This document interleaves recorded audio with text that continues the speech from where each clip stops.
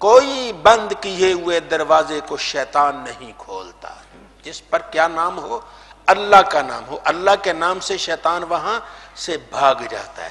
تو جب انسان کی عادت ہو پھر اللہ تعالیٰ مہربانی کرے گا. جب اس پر آخری وقت آئے گا اس کا منہ بند ہونے لگا, خود بخود نام الہی جاری ہو جائے گا, خود بخود اللہ کا نام جاری ہو جائے گا. ہمارے اسی ماضی قریب میں ایک بزرگ تھے, وہ پاک پتن شریف کے رہنے والے, ان کا نام تھا محمد نقش بند. یہ ان کا نام تھا. ابھی یہ چند سال پہلے ہی ان کا انتقال ہوا.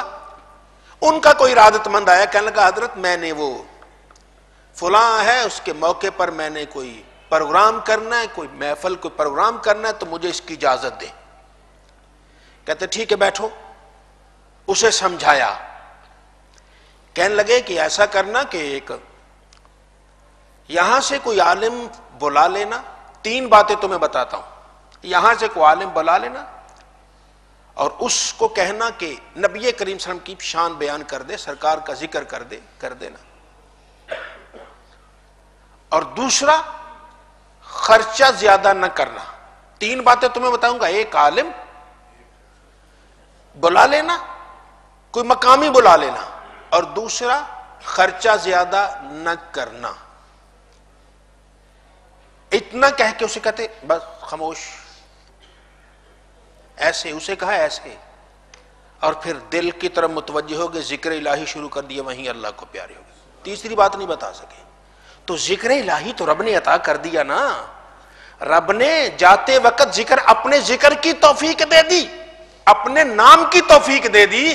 تو جس کو اللہ تعالی جاتے وقت اپنے نام کی توفیق دے دے گا وہ ایمان سلامت لے گیا, اور ایمان سلامت لے گیا پھر اس کو کچھ بھی نہیں ہوتا, پھر اس کو کچھ بھی نہیں ہوتا. یہ اللہ تعالیٰ کی رحمتیں اور رب تعالیٰ کی برکتیں ہوا کرتی ہیں.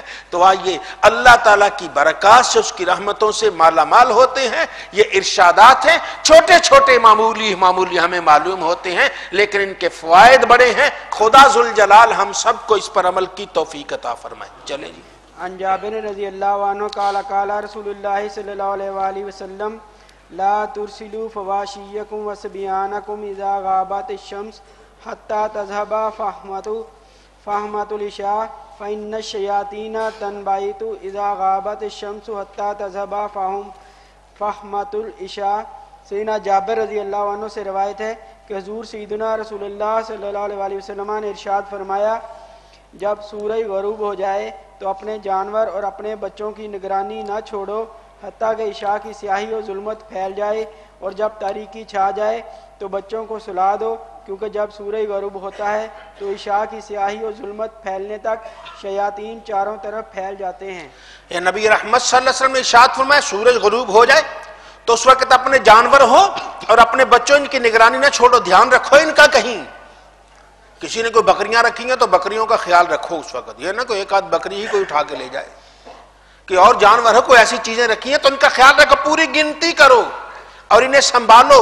شام سے لے کر عشاء تک یہ شیاطین پھیلتے ہیں, چونکہ اس وقت یہ وقت ہوتے ہیں اپنے اپنے گھروں کو واپس, پر ایک انسان کو توجہ ہر طرف نہیں ہوتی. وہ آتا ہے اپنے گھر کی طرف آتا ہے, مصروف ہوتا ہے, دن کے سارے کام چین میں تھکا ماندہ ہے, تو اس وقت اگر نگرانی چھوڑ دی کوئی نہ کوئی چیز اٹھا کے لے جائے گا.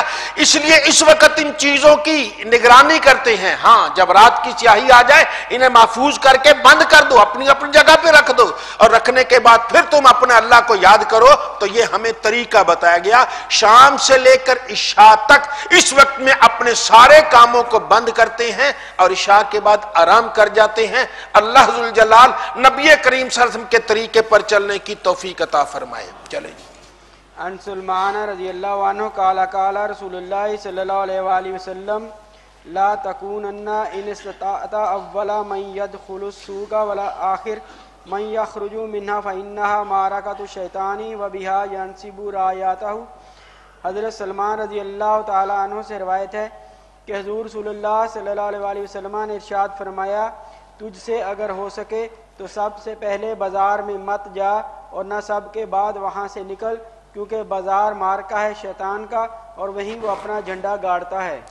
اب نبی کریم صلی اللہ علیہ وسلم فرمایا جب جانے لگو بازار میں تو سب سے پہلے نہیں, وہ تھوڑا سا ایک آدھ دو آدمی تو پہلے جا لینے دو. یہ نہ ہو کہ سب سے پہلے دکان تمہاری کھل رہی ہے اور سب سے آخر بھی دکان تمہاری بند ہو رہی ہے. یہ تو شیطان کا مارکا ہے بازار، وہاں شیطان اپنا زور چلاتا ہے. فراڈ زیادہ کہاں ہوتے ہیں جی؟ بازار میں. دھوکہ دہی کہاں ہوتی ہے؟ بازار میں. یہ جی بڑی اصلی چیز ہے، اندر سے نقلی ہوتی ہے، دے دیتے ہیں کسی کو.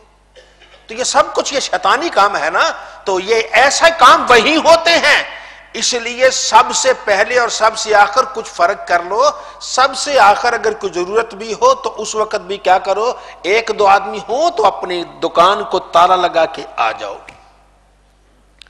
اور کبھی سب سے پہلے انسان جائے دکان کھولے، ابھی کھولی ہی دکان ہے، کوئی ہے ہی نہیں، کوئی تاک میں بیٹھا تھا، آ کے اس کو لوٹ گیا، تو پھر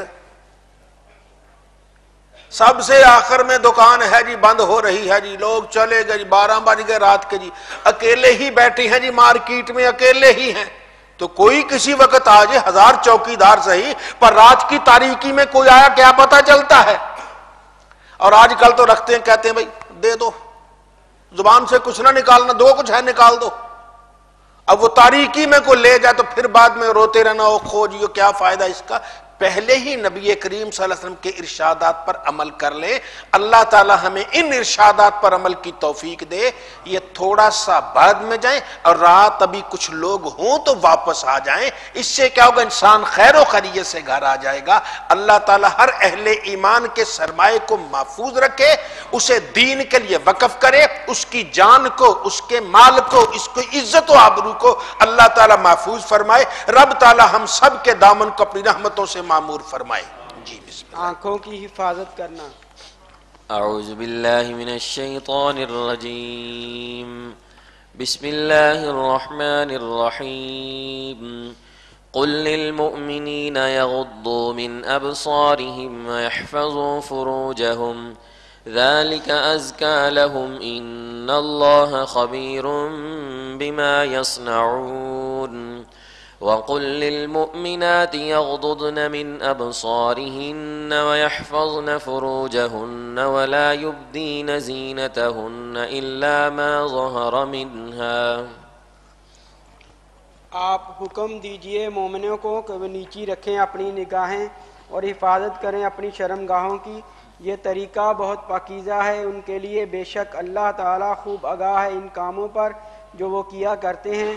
اور آپ حکم دیجئے ایماندار عورتوں کو کہ وہ نیچی رکھیں اپنی نگاہیں اور حفاظت کیا کریں اپنی عصمتوں کی، اور نہ ظاہر کیا کریں اپنی آرائش مگر جتنا خود بخود نمایاں ہو. اب حکم دیجئے اہل ایمان کو اپنی نظریں حفاظت کرو، نظریں نیچی رکھو، غیر محرم کو نہیں دیکھتے. جس طرف دیکھنے سے انسان کا دین و ایمان تباہ ہونے کا خدشہ ہو ادھر نہیں دیکھتے. اپنی عزت کی حفاظت کرتے ہیں، اپنے سطر کی حفاظت کرتے ہیں.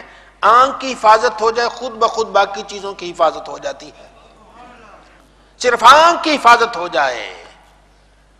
اللہ کہتا ہے وہ تعلم خائنۃ الاعین، ایسے ہی ہے نا. اللہ تعالیٰ آنکھوں کی خیانت کو بھی جانتا ہے اور جو کچھ دلوں میں ہے اسے بھی جانتا ہے. تو جو آنکھ خیانت کرتی کسی اور کو پتہ نہ چلے یا نہ چلے، جس خالق نے ساری کائنات بنائی ہے اس کو تو پتہ ہوتا ہے. تو اس لیے اپنی آنکھ کی حفاظت کرنی چاہیے. آنکھ کی حفاظت کیجئے. اور اب تو ایسا وہ آپ کہیں گے آج یہ کیا کہہ رہا ہے، ایسے ہی ڈرتا بھی ہوں آپ لوگوں سے. اب تو ایسا ہے جی، بڑے بڑے بزرگ بن گئے جی، پیر فقیر آ گئے جی، غیر محرم عورتوں کے درمیان بیٹھ جاتی ہیں جی، ان کے سروں پہ ہاتھ پھیرے جا رہے ہیں، ان پہ یہ کیا جا رہا ہے. وہ اللہ تو کہتا ہے کہ اپنی آنکھوں کی حفاظت کرو، اور یہاں پیر صاحب ہاتھ پھیر رہے ہیں، غیر محرم عورتوں پہ ہاتھ پھیر رہے ہیں جی. تو یہ جی بچی ہے جی، وہ بچی تو وہی ہوتی ہے جو تمہاری اہلیہ کے پیٹ سے ہے. اور یہ بہن ہے جی، بہن تو وہ ہے جو تمہاری ماں کے پیٹ سے ہے. تو یہ باقی معاملات تو ایسے ہی ہیں. تو آئیے ارشادات پر عمل کرتے ہیں، نبی رحمت صلی اللہ علیہ وسلم کے طریقے پر چلتے ہیں. سیدھا سادہ صاف طریقہ، جنت لے جانے والا طریقہ وہ نبی کریم صلی اللہ علیہ وسلم کا طریقہ ہے۔ ادھر ادھر ہٹ کے چلنا یہ شیطان کا طریقہ ہے۔ تو یہ آخر جب قبر میں جائیں وہاں جوتے پڑیں پھر رونے کا کیا فائدہ؟ آئیے ابھی اپنے آپ کی حفاظت کر لیں، اللہ ذوالجلال سے معافی مانگ لیں، اے خالق و مالک جو پیچھے کوتاہیاں ہو گئی انہیں معاف کر دے، آئندہ سے ہمیں صحیح چلنے کی توفیق عطا فرما دے۔ تو جو انسان معافی مانگ لیتا ہے، سچے دل سے معافی مانگتا ہے، رب تعالیٰ اس کی پچھلی خطاؤں کو معاف کر دیتا ہے۔ تو یہ اللہ ارشاد فرماتا ہے اپنی نظروں کی حفاظت کرو، ہمیں اپنی نظر کی حفاظت کرنی ہے۔ اور پھر عورتوں سے بھی کہا گیا تم بھی اپنی نظروں کی حفاظت کرو۔ وہ ایک صحابی ہیں تو وہ عورتیں تھیں، سرکار دو عالم فرمایا پردہ کرو۔ یا رسول اللہ یہ تو نبینا ہے۔ فرمایا یہ نبینا ہے، تم تو بینا ہونا، تم تو آنکھیں والے ہونا، یہ نبینا ہے تو پھر کیا ہوا؟ تمہاری تو آنکھیں ہیں نا، تو تمہاری آنکھیں ہیں تو یہ ہمیں حکم ہے، مردوں کو حکم ہے کہ غیر محرم عورت کو نہ دیکھیں، اور عورتوں کو حکم ہے کہ غیر محرم مردوں کو نہ دیکھیں۔ نظر کی حفاظت ہو جائے گی۔ اللہ انسان کی حفاظت کرتا ہے، پہلے نظر پھسلتی ہے، نظر پھسلے گی پھر دل پھسلے گا، دل پھسلنے کے بعد پھر باقی کارے کام ہوتے ہیں۔ تو جب نظر ہی بچ جائے تو اللہ ذوالجلال انسان کو بچا لیتا ہے۔ تو آئیے اللہ کے پیاری رحمت والے طریقے پر چلتے ہیں، رب تعالیٰ کی عنایتوں پر چلتے ہیں۔ اللہ اور اس کے رسول صلی اللہ علیہ وسلم کا پیارا طریقہ کیا ہے؟ اپنی نظر کی حفاظت کرنا ہے۔ تو آئیے اپنی نظر کی حفاظت کریں، خود کریں اور اپنے گھر والوں کو، بچیوں کو کہیں اپنی نظر کی حفاظت کریں۔ بچیاں نظر کی حفاظت نہ کریں تو باقی پھر کہیں جی او جی بچی ایسے ہو گئی، تو بعد میں رونے پیٹنے کا کیا فائدہ ہے؟ پہلے ہی انہیں شریعت کے مسائل سمجھا دیتے ہیں۔ اللہ تعالی ہم سب کو سمجھنے کی توفیق عطا فرمائے۔ جی عن بريدة بن الحصيب رضي الله عنه قال قال رسول الله صلى الله عليه وسلم لعلي رضي الله عنه يا علي لا تتبع النظرات فإن لك الأولى ولیست لک الآخرہ۔ حضرت بریدہ بن حصیب رضی اللہ عنہ سے روایت ہے کہ حضور رسول اللہ صلی اللہ علیہ وسلم نے حضرت علی رضی اللہ عنہ سے ارشاد فرمایا، اے علی غیر محرم کی طرف اچانک پڑ جانے والی نظر کے بعد عمدن نہ دیکھو، کیونکہ پہلی اچانک پڑنے والی نظر معاف ہے اور دوسری پڑنے والی نظر معاف نہیں۔ نبی کریم صلی اللہ علیہ وسلم نے حضرت علی سے فرمایا علی ایسے کسی غیر محرم عورت پر ایک نظر پڑ جائے تو اس پر دوسری نہ ڈالو۔ کیوں؟ یہ غیر ارادی طور پر ایسے نظر پڑ جاتی، آپ کو پتہ ہی نہیں کون ہے تو ایسے نظر آ گیا تو وہ تو معاف ہے، اس کو نظر کو نیچے کر لیجیے، دوبارہ نہیں دیکھنا۔ اب مجھے بتائیے جی حضرت علی سے بڑھ کر پیر کون ہے جی؟ ہے کوئی پیر؟ وہ حضرت علی سے بڑھ کر پیر کون ہے؟ اور جن کے قدموں سے پیر نکل رہے ہیں سارے، اور وہ ان کو تو نبی کریم صلی اللہ علیہ وسلم نے فرمایا اپنی نظر نیچی کرو۔ اور آج کل کے پیر ایسے بنے ہوئے ہیں جو بس وہ کہتے ہیں جی نہیں بھائی یہ بچیاں بن گئی، یہ بنا جو کوئی، تو یہ سب شیطانی چکر ہے۔ آئیے اپنی نظر کی حفاظت کرتے ہیں، نظر کی حفاظت ہو جائے اللہ دل کی حفاظت کر دیتا ہے، دل کی حفاظت ہو اللہ سب کی حفاظت کر دیتا ہے۔ تو حضرت علی سے فرمایا گیا علی ایک نظر پڑ جائے تو دوسری نظر نہیں ہے، اسے نیچی کر لو۔ آئیے اگر علی کو مانتے ہیں، ان کے خانوادے کو مانتے ہیں تو اپنی اس نظر کی حفاظت کیجئے۔ اللہ جس کی نظر کی حفاظت کر لیتا رب تعالیٰ اس کے پورے جسم کی حفاظت فرماتا ہے۔ فرمایا ایک پہلی تو معاف ہو جائے گی لیکن دوسری اٹھے گی تو پھر کیا ہوگا؟ اس کی سزا ملتی ہے۔ آئیے اللہ تعالیٰ سے دعا مانگے۔ خالق ہے معاملہ بڑا مشکل، اس دنیا میں رہتے ہوئے معاملہ بڑا مشکل ہے، لیکن اللہ سے دعا مانگنے میں کیا حرج ہے؟ شاید قبولیت کا وقت ہو، اللہ تعالیٰ ہماری اس غلطی کو معاف کر دے اور ہمیں آئندہ سے نظر کی حفاظت کی توفیق